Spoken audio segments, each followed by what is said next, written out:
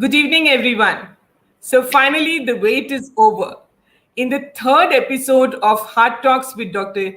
Chinu, Season 2, we are going to have Dr. Ann Vernon, the former president of Albert Ellis Institute, who has been a Professor Emerita at Northern Iowa University of America, and who has, to her credit, the very unique RECBT program for children and adolescents. And above all, she is my dear teacher of RECBT. So we are welcoming Dr. Ann Vernon. Here she is. Hello, Ann. Can you hear me?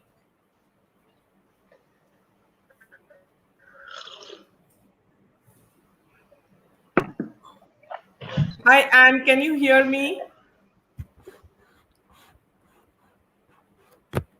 We were connected just a second ago. Are you there? Ann, can you hear me? Friends, all those who are viewing, can you hear me?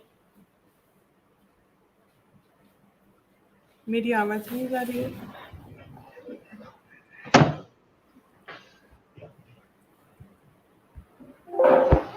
Live में देख. Hello, dear viewers, can you hear me?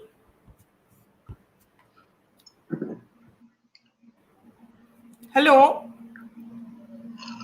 Ann, are you there? Can you hear me? No, she's not able to hear me somehow. Although we can hear her. Hello, Ann, can you hear me? I can. Good morning. Okay, welcome to good morning and good evening from India. And we are so glad to have you here, and all our audiences are eagerly waiting to welcome you for this session. Thank you. Thank you. So, and as I told you, our audience is basically budding psychologists and counselors of India, and they are very keen to learn something from today in this 1 hour. And one of the topics that we want to discuss with you is how to help children and adolescents cope in these times of crisis. Because as you know that, India just is recovering from the second wave of COVID, and our children are in our homes.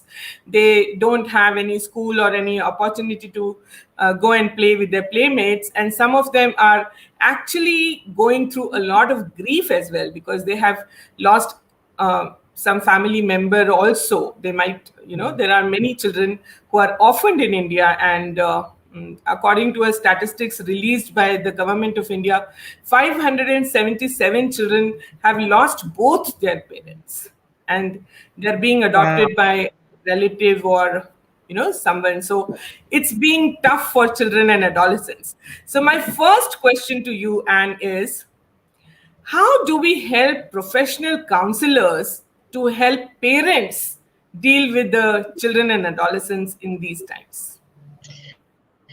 Well, first of all, I'm really concerned about the situation in India. I mean, we had it so bad in the United States, and so many people still are kind of thinking that it's not a big deal, and so they're not getting vaccinated. But our country has done a lot in terms of vaccines, so we're feeling safer.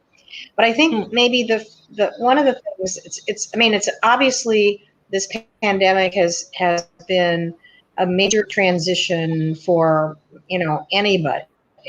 everybody, and when we go through a transition, we always experience a change in our roles, our relationships, our teams, and our responsibilities, and that certainly has happened with more and more people being from home, kids not being go to school. So all of those 4 R's, the relationships, the responsibilities, the routines, and the relationships have changed. And I think maybe one of the first things that professionals can help parents understand is that children and adolescents really aren't very good at expressing how they feel emotionally.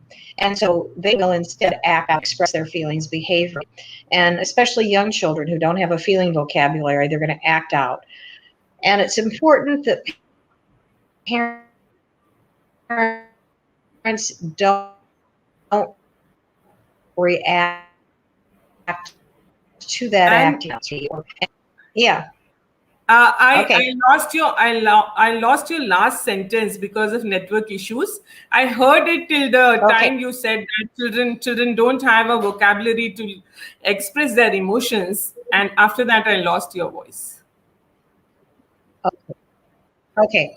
So parents need to be really cautious about not reacting to or their anxiety, their fear.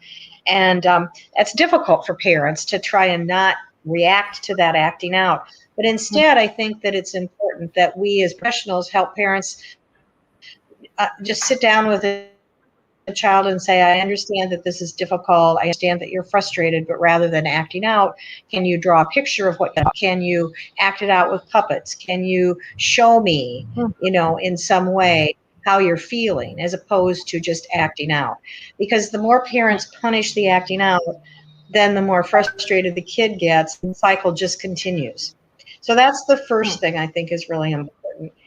And so I think parents also, when kids are acting out, if they can try to redirect the child and say, let's find something else for you to do. And it's going to be, I mean, it happened with my own grandchildren. The parents are having to restrict what their kids do. I mean, we don't know, or we didn't know last summer, for example, whether it was safe for them to play with their friends. They couldn't have friends inside the house. They couldn't do this. They couldn't do that. They didn't even know if it was safe for their kids to walk down to the lake, which is a few blocks away. And so it's normal that kids are frustrated. And I think parents have to be really honest and say, it's frustrating for us too. We don't know what's right. We don't know if this family is practicing safe practices that we're proving. I think being honest, my son said to his now 12-year-old, he said, I don't want to restrict you, but I don't know that it's safe for you to be hanging around this big gang of kids at the lake. And so finally, when after Nico had said, you're the strictest parent in the block, his father went down with him to the lake and then said, okay, you can do this and you can do that, but you can't do that. That's off limits. So trying negotiating with the kids and understand, trying to explain to them that all you're trying to do is help them stay safe. Exactly. And I also letting kids know that this isn't going to last forever. I mean, obviously it lasted a lot longer than any of us ever thought it would. I mean, it just did, and it's still going on. So but I think it's not going to last forever. But in a child's lifetime, a day can be a long time. So imagine what a year is of not being in school. Acknowledging that, yeah, it sure is hard to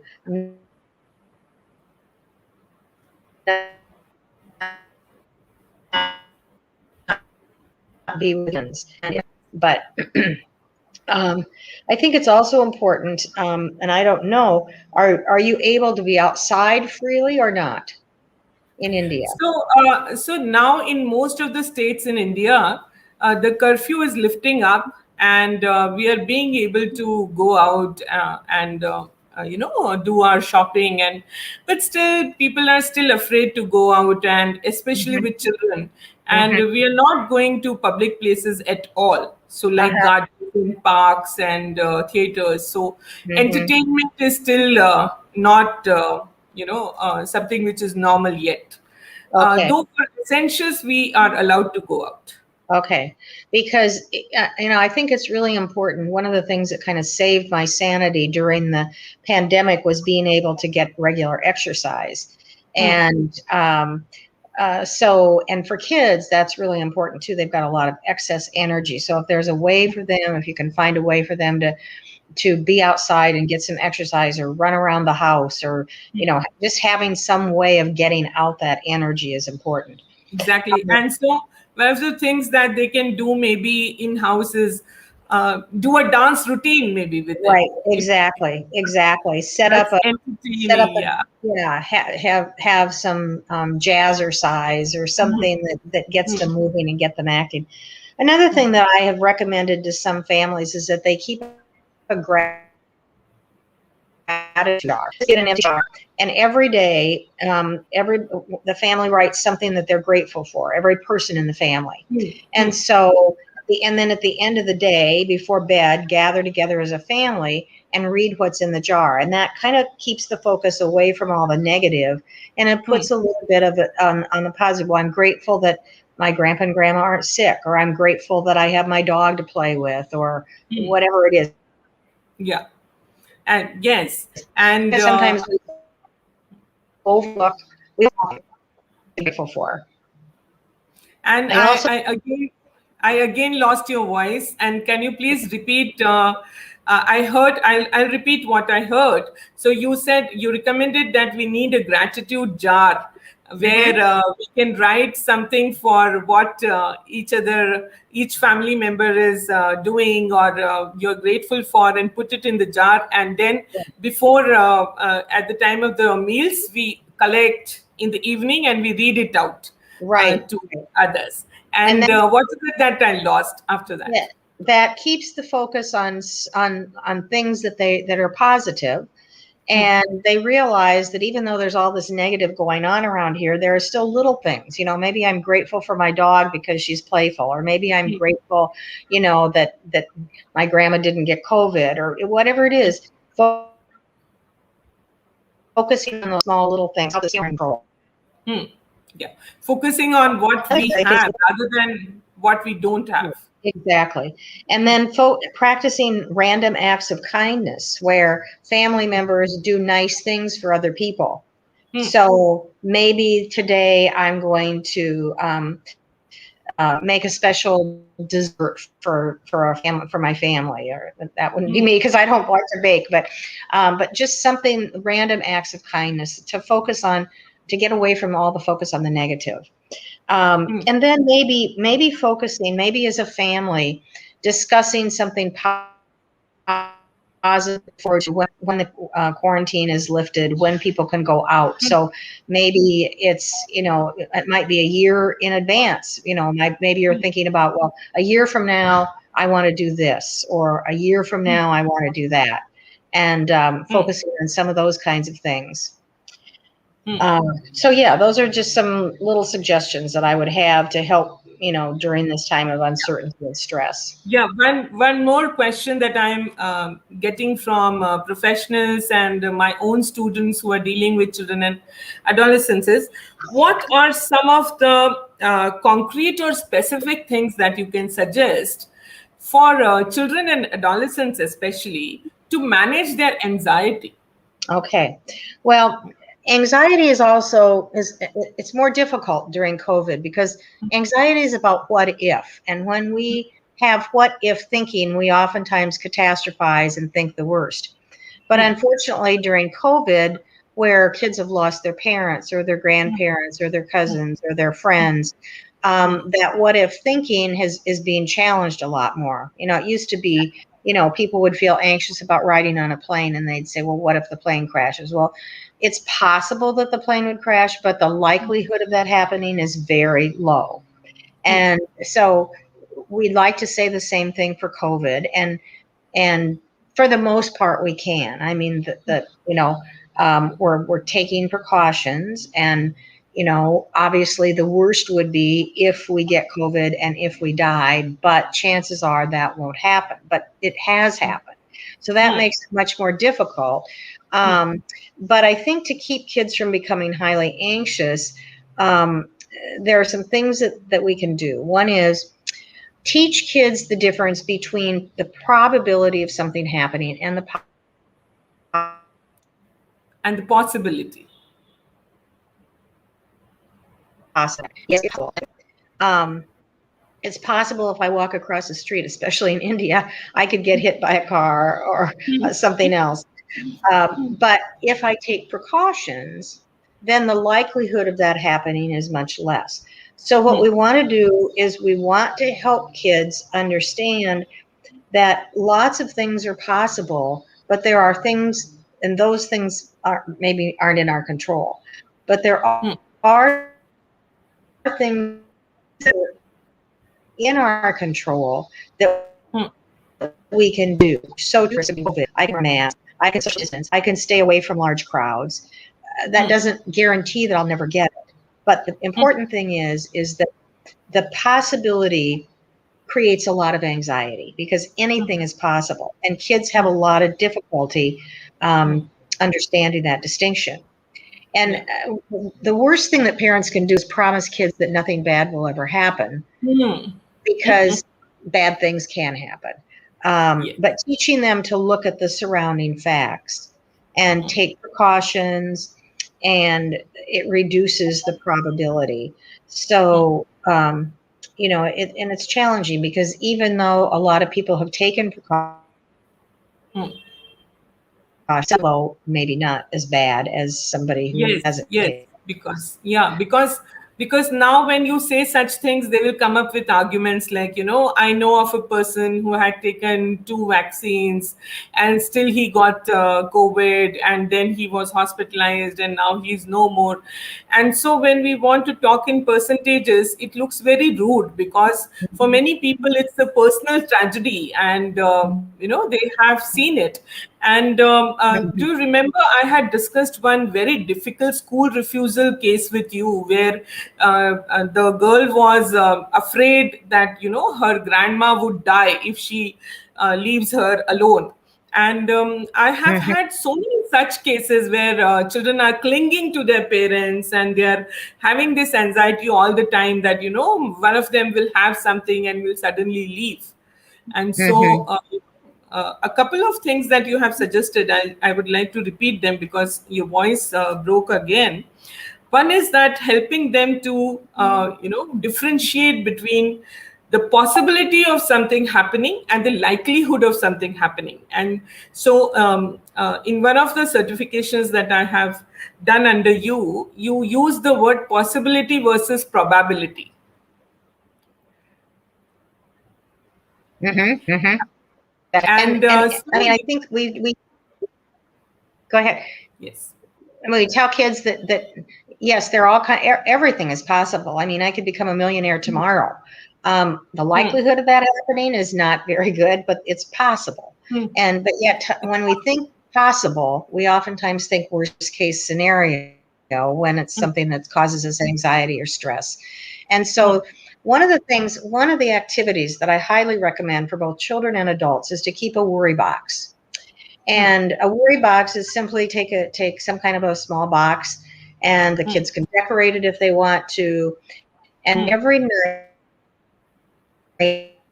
before they go to bed, they write down on small strips of paper things that they worried about that day. And it could be one thing or it could be 10 things. It doesn't make any difference. Hmm. They put those strips of Hmm. paper in the worry box and put the worry box on the top shelf of a closet or under the bed or someplace where they're not going to think about those worries during the night. The next Hmm. night, they get out their worry box and they read what they wrote.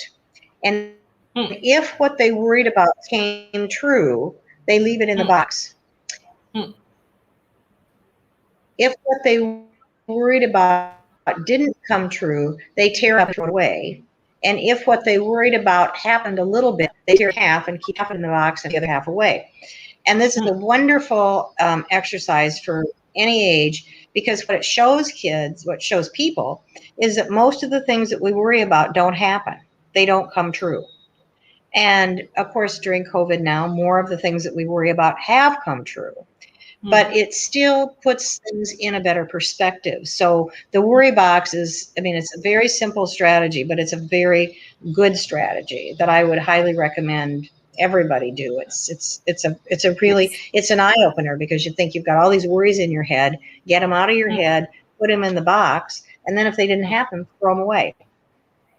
Yes. So for many Yes. I years with hope I hope our audiences have got this idea about the worry box. Otherwise, you let me know. I'll repeat it for you. And one of the things that Albert Ellis mentions in one of his books is we have got this astrologer in the head who is predicting doom always. Yeah, And so exactly. Yeah, go ahead. so we are hearing all these doomsday prophecies throughout the day, and we feel that that all those prophecies are true. They are and so worry box is an exercise to dispute that, where we are feeling that Right. whatever the astrologer is saying is 100% true. Right. Another thing that's very simple but similar is when you hear children and adolescents always saying everything's negative, hand them a pair of dark glasses. We call them sunglasses, and put on those dark glasses. And when you have on the dark glasses, everything looks like it's doom and gloom. Everything looks bad. Everything looks negative. But if you take those glasses off and you put on a pair of clear glasses, where you're looking at things in a clearer perspective, sometimes that's a really good way, again, to show kids, look, you're focusing too much on the negative. And yes, negative, bad things do happen, but there are also good things that happen. You might also have them keep a calendar. And every day that there was something that they had to be happy about, they would draw a happy face. And at the end of the week, they look at their calendar and see that they had happy faces than sad faces. So just simple things like that keep the Yes. focus on the fact that it's not all bad. There are small things. Maybe it's different, but yeah. Yes, and we have got one of the questions from one of our audiences. She's Dr. Pratibha Agarwal, and she's a dentist, and now she's taken an keen interest in psychology. So she is asking a Okay. question about she's asking a question about students in India who are facing this uncertainty about their competitive exams, and they are having this fear and worries about what will happen to their future, what will happen to their graduation, when will they be able to get into a college, and future anxiety about their career is pretty common in these children, and we are getting to see them in our offices as well. And I imagine the dentist is maybe seeing more people who are grinding their teeth. I know that's the comment that my dentist made to a friend of mine. She said, "Oh my gosh, you've really been grinding your teeth," because it's just a way that we cope with the stress. But I think that it's almost like part of the year of 2020, most of 2020 just didn't happen. And we certainly thought it would be over in 2020, and it continues into 2021. And so for some kids, I think their life has been on hold for a while. And so now they're taking these exams, and maybe they've been going virtually, so they're not as prepared as they would have been if they'd been in school. I guess you ask them,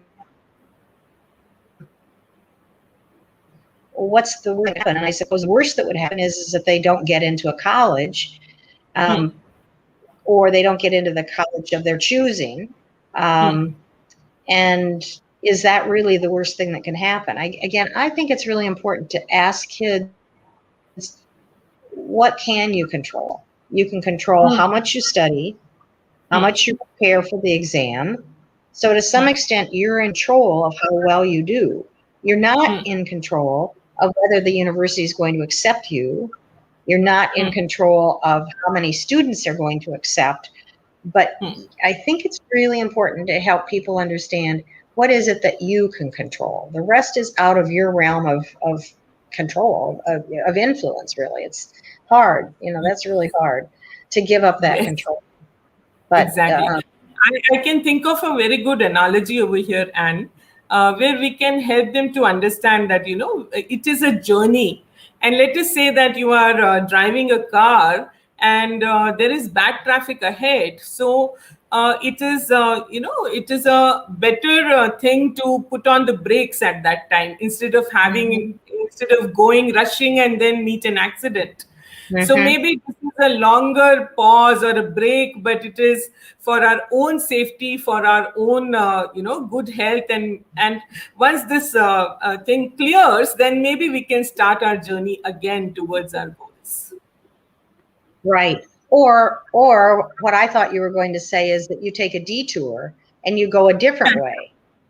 Yeah, So that is another. you might play, you know. And so I always tell the story about my own journey, and I thought I wanted to be a children's librarian, and so I took this major test. We call it the graduate record exam. And not a test taker. The day I took it, there were a lot of stress for some family issues that were happening, and I shouldn't have even taken it at that time. But anyway, I got a low score on it, and I applied to library science school, and I didn't get accepted into the program because the record score was too low. And then I decided that I wanted to become a counselor. And I applied to graduate school in counseling, and they didn't care about the graduate record exam, and I got accepted. And so I never would be talking to you today about psychology if I hadn't taken that other road, because the one that I wanted was blocked. Yes. So Anne, I again lost your voice, and I'm because since I know the story very well, I have heard it from you a couple of times before. I'll repeat it for my audience. Yeah. So Anne was just telling us. I think maybe that's something to misunderstand. Yes. I think there is a voice lag. Yes. Yeah, it's a little bit, sometimes the screen goes blank and then we cut out. But anyway, I wouldn't be talking with you now if the path that I was on, that I thought I wanted to be on, wasn't blocked. And so then I took an alternate path, and it's been wonderful. So helping kids understand that, like you said, maybe we have to put things on hold for a while, and then we start out on that journey again. Or maybe we detour, we take a different path, and we decide to do something different. There's been a lot of opportunities, loss of dreams, things that we thought would happen and didn't happen. So there are multiple layers of loss that are associated with COVID that I don't think any of us realized at the beginning, that we would have all of these different types of loss affecting us sometimes at the same time. Yes. And they are really unprecedented times, and we really don't know that when it is going to end for sure, or what kind of things will happen in the future. What we can just do right now is accept the things like they are and do our best to deal with it. That's right. And we have another question, which is from my student who is in Mumbai. She is Varsha. And she says that when children have a generalized anxiety and cannot verbalize what they are anxious about, how to deal with that? Mm-hmm. Well, there are several different things. One is, I think that we can do through some games for younger children, if they can't verbalize what they're anxious about.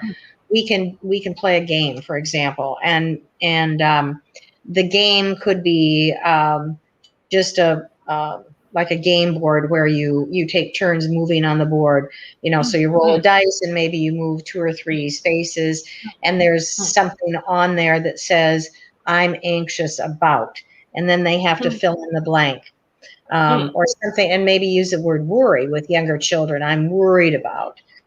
Or talk about other emotions as well. So the game that I'm thinking of that I developed was called Face the Feelings. And so if you landed on yellow, you talked about something you were happy about. If you land on blue, you talk about something you're sad about. If you land on red, you talk about something you're mad about. And if you land on green, you talk about something that you're worried about. And as the parent or the professional, you can also model that. So maybe I, as the professional, land on green and I say, well, I worry about somebody in my family getting COVID, or I worry about doing well on my exam. And sometimes just modeling that then for the child is a way of helping them. It's also, if you have access to good books about feelings, books are an excellent way of helping elicit feelings in kids. And there are some fabulous children's books that will elicit a lot of discussion about feelings. And as the parent or the professional, you discuss how did the child in the story feel? What were some of the things he worried about? Some of the things that she was concerned about? And then how are you like or unlike the child in the story? Do you worry about the same things that he did? Do you worry about the same things that his sister did? So those are just ways of encouraging expression of feelings too. Yes, and there are so many common stories where especially in India, we have a great treasure of stories in the form of Panchatantra and Jatak stories, which are stories about Gautam Buddha's previous lives. And I have seen that there are so many stories which can be very well woven with this discussion that you're just talking about. And I have a mind of collecting a few stories and sending them to you across. And they are very interesting ones. And we can actually help children to relate to their own emotions through those stories. So that's a great idea, Anne. And another question is coming from Dr. Tripti Sakuja. She is my associate in Delhi, and she looks after Feeling Minds programs when we conduct them in Delhi. She says that adolescents generally have this common complaint that I'm not understood. Right. Right. So, how do we deal with that? Well, in some respects, I think that that's true. I think parents have a difficult time remembering when they were adolescents. And the thing about adolescents to remember is that a lot of them feel like they're going crazy because their emotions are in such a roller coaster, and they don't understand why they're happy 1 minute and why they're depressed the next minute. And I think if we can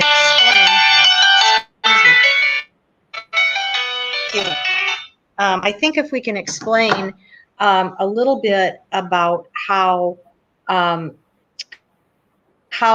body works during this time, explain that during puberty, their emotions are just going every which way.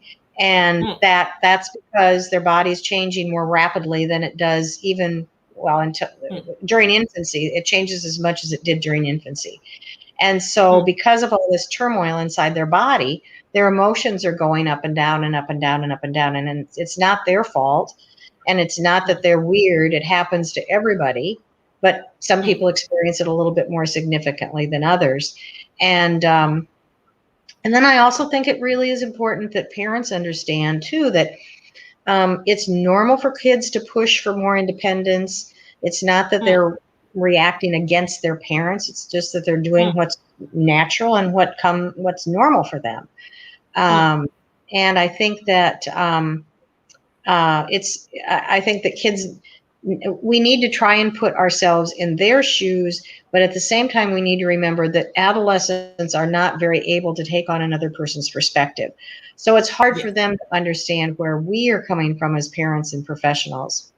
And so there's an intervention that I developed called Step Into Their Shoes.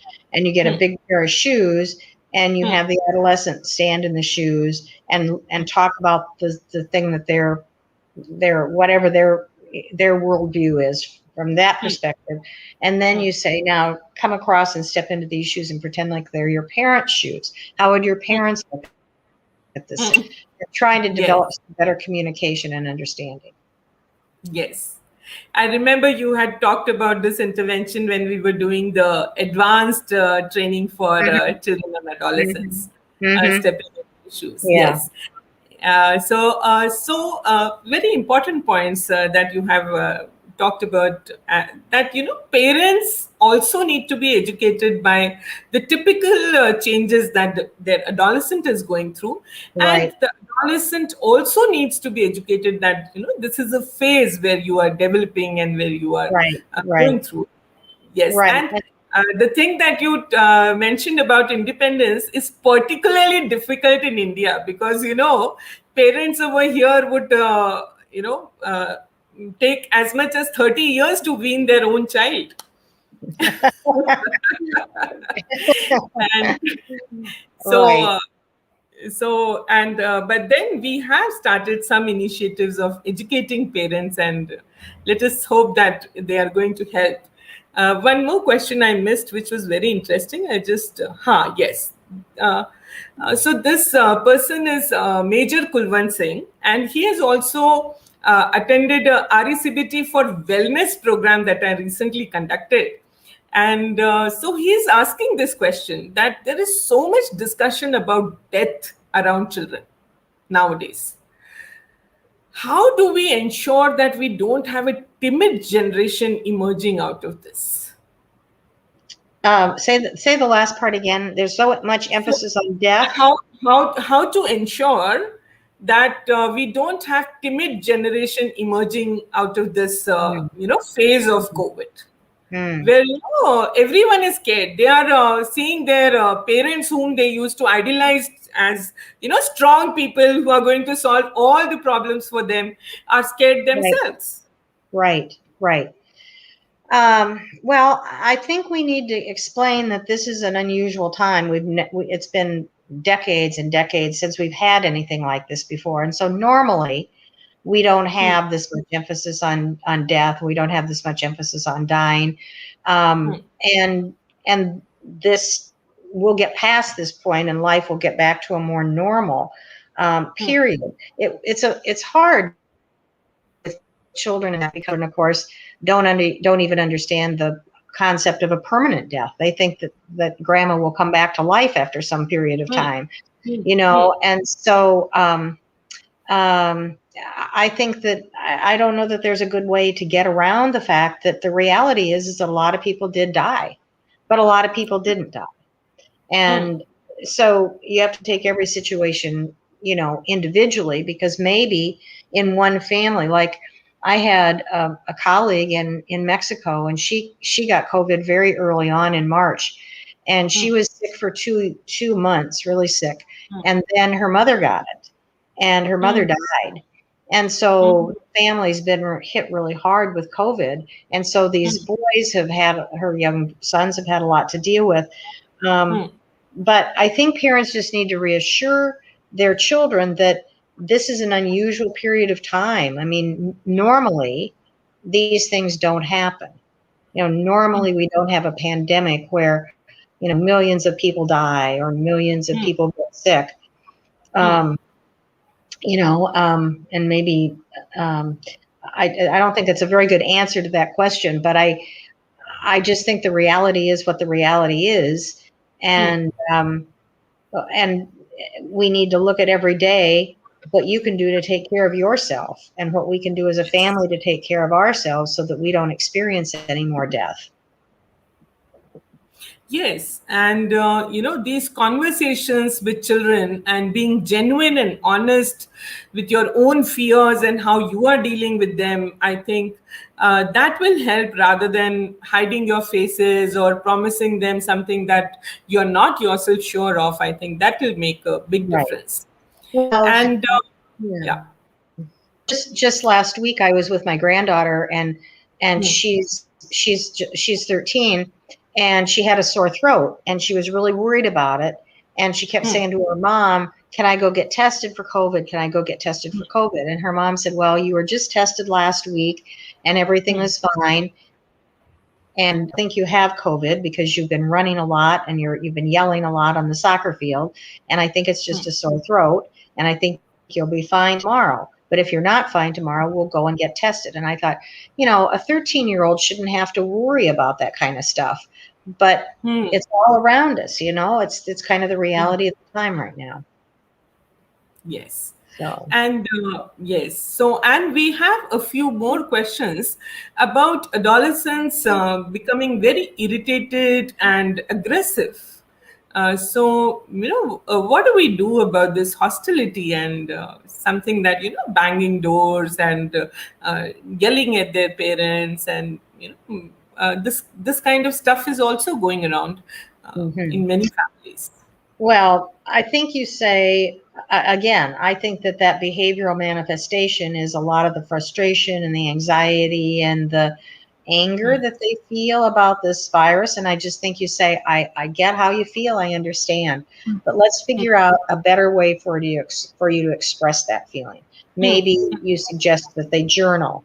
So when you hmm, feel angry and you feel like kicking the door, instead of kicking the door, sit down with a pencil and paper and write about how you're feeling. Or if hmm, they're musical, maybe they can make up a song that expresses how they feel.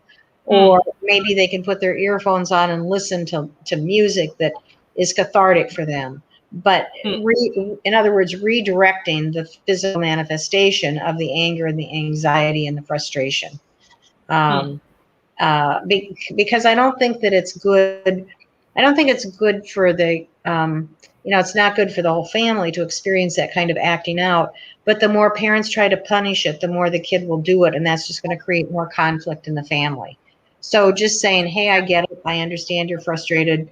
I am hmm, too. But kicking the hmm, door isn't acceptable. So let's hmm. find a more better way for you to express that feeling.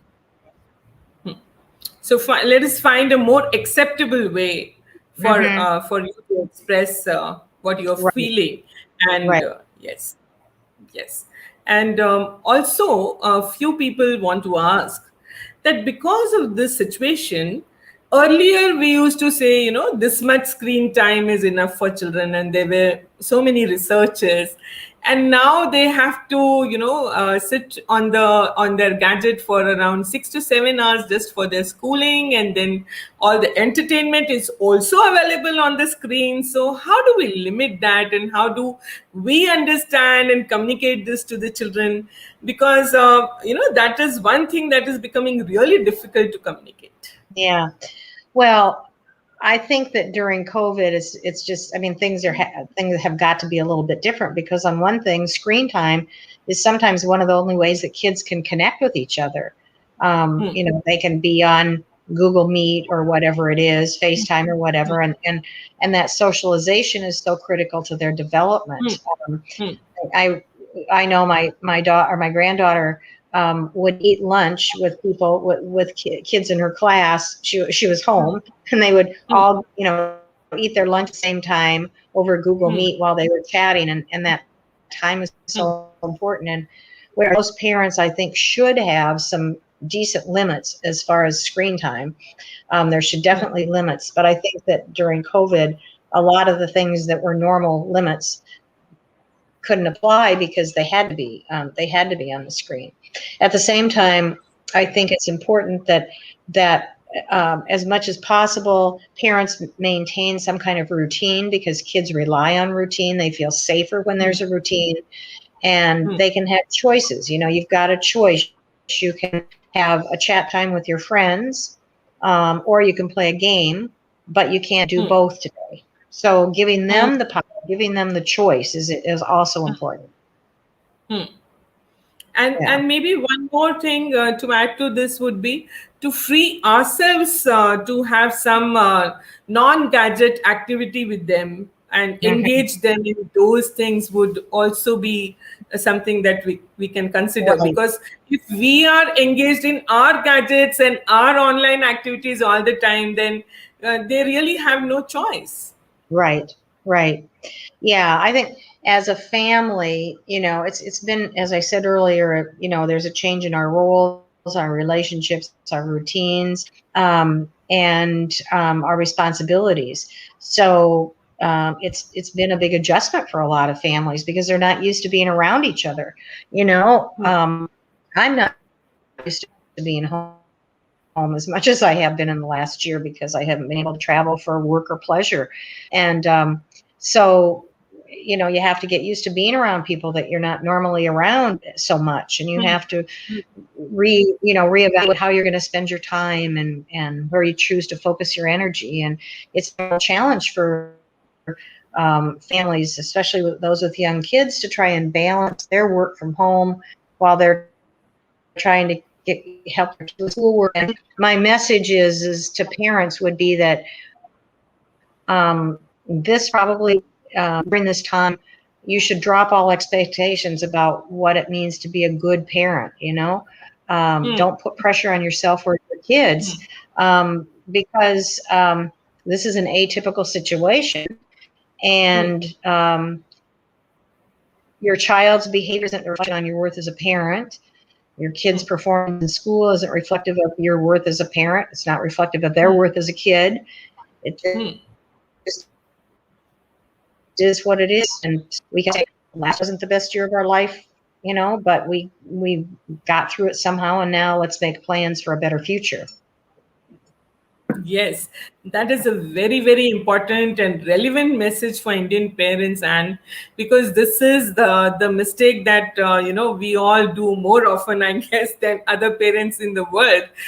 We tend to evaluate ourselves with our kids, that if my kid is behaving properly, then I am a good mother. And if my kid is not behaving properly, then I'm not a good mother. If he is having good academic performance, then I'm a good mother. If he's not, then I'm not a good mother. So, this is very, very common in India. And so that's a very relevant and important message. And so we have a few minutes left, and I would love if you could tell us some concrete, specific stress management techniques, because stress is something which is the cause of most of the things that we have discussed till now. Right. Well, one of the things I would suggest is, as much as possible, exercise, eat healthy, and get plenty of sleep. Those are really important things to consider, especially during this time. And those are all things that you can control. What you eat, what you don't eat, and how much you exercise. Those are things you can control. When there are other things out of your control, like most of this was during the pandemic, those are things that you can. And I also think practicing mindfulness or meditation or relaxation are good techniques. Make a stress management plan. So to make a stress management plan, you identify things that are going well in your life, and that might be a bit of a stretch right now.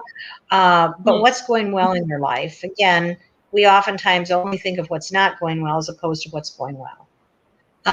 Think of what's going well, and then identify some things that you'd like to change. So, as we come out of this pandemic, one of the things that I'd like to change is that I would like to spend more time entertaining friends in my home, which I haven't been able to do for over a year. Or maybe one of the things I'd like to change is to have a family reunion that I haven't been able to have for over a year. So identify things that you'd like to change, and then identify some specific steps that you can take, even if they're small steps right now, to make that change happen. And that helps you feel more in control, and helps you feel like you've got a future ahead of you. Say, I can't take that trip right now, but maybe I can take it in 6 months. So, this management plan is a good one, I think. Yes. Yes. And, there are so many things which have changed for the positive as well. Like, for example, I live in the northern India, and my parents live in the central India. So we just had messages exchanged or phone calls exchanged on their birthdays. But now with the advent of pandemic, we are celebrating birthdays online on Zoom, and we are collecting so many family members, and it's like a virtual get together, which we never had an idea before the pandemic, because traveling was difficult, and now it has become a kind of a ritual or a routine to celebrate birthdays like this, and the elder person especially are enjoying it so much. Mm-hmm. because they get to see all their children in the same frame. Right, right. Yeah, yeah. And one more question has come up, and is that adolescents get labeled very easily by parents. And some of the labels are very common, that they are rebellious, they are lazy, they don't care about us anymore. And this puts a lot of pressure on them. So, how can we educate parents about this? Well, first of all, labeling is really bad. Those labels stick so much. In fact, I developed an intervention where I would have everybody write down the labels, that things that others have said about, or labels that they say to themselves, and tape them all over their bodies. Then little by Mm, little, we talk about that label. mm, Where's the evidence that you're lazy? You know, mm, so are you mm, lazy all the time? Are you lazy some of the time? And they mm, tear off the label. But labels are it's a very negative practice for parents to label, because mm, kids internalize that, and that's the label that sticks with them for a long, long time. There's no positive aspect of labeling anything at all. A parent could say, I would appreciate it if you could um, help with the dishes, or I'd like you to make your bed, or I would like you to do this. But mm, to say you're lazy because you're not doing this stuff is mm. is not it's not a good parenting practice. Exactly. And now I would like to take up a question on grief counseling for children. What Hmm. if a child has lost one or both parents or grandparents? How do we uh, do grief counseling with them? Um, well, it's obviously very difficult, especially for young children who don't understand that death is permanent, Hmm, who may blame themselves. I was a bad boy. Again, there's that hmm, label. hmm, I can't tell you how many young clients I worked with who said, my parents got a divorce, or my mom got sick because I was a bad boy. hmm, As parents, you don't say that. You hmm, did a bad thing. You're not a bad boy. You're not a bad person. hmm, But anyway, um, I think it's important for people working with these kids to not tell them that everything will be okay, because their world will never be the same again. hmm. It's important um, for parents to don't feel sad. You don't ever want to say don't feel some way, because their feelings are legitimately their feelings. So to say don't feel bad, don't feel sad is it doesn't make much sense. Um, I also don't think I also think it's important that parents not hide the truth. If somebody in the family gets COVID, and if they're hospitalized and it's very serious, I think it's important to say to children, grandma is in the hospital and she's very sick, and it's possible that she could die. We don't know. All we have to do is hope that she can get better, or pray that she gets better, or whatever. And if she doesn't, then that's not in our control. We have to deal with that. It's really important too that parents talk pretty honestly with their kids. Don't say grandma went to sleep. A lot of people in our country say grandma just went to sleep. Grandma was tired, she went to sleep. So then kids aren't going to go to bed, and they don't want to go to sleep because they think that if I go to sleep, I'll die. So it's Exactly. important to use the They proper equate it with terminology. time. Yeah, yeah.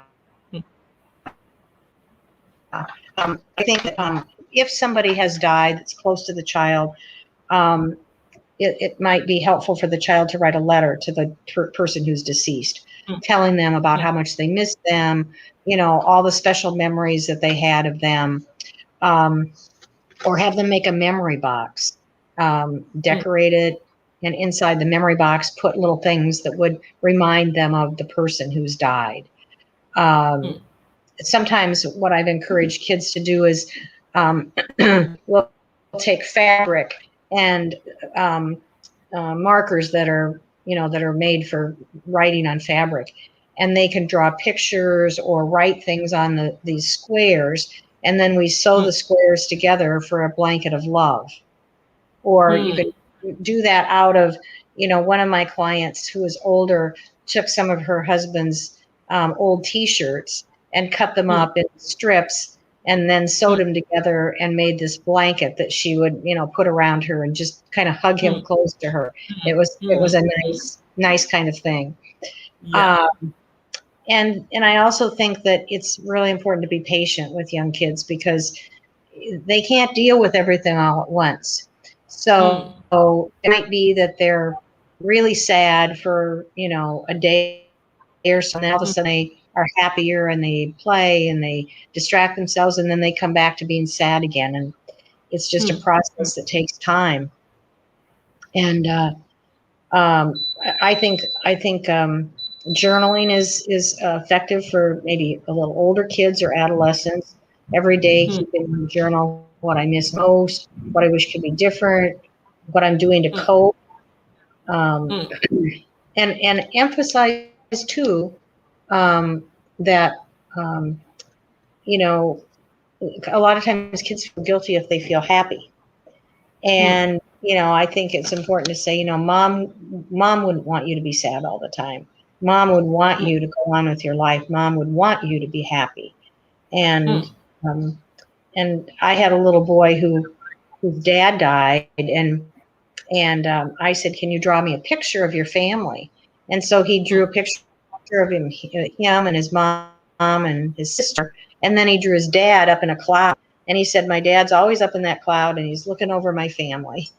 mm. So drawing can be a good way for kids to express feelings and kind of work through their grief as well.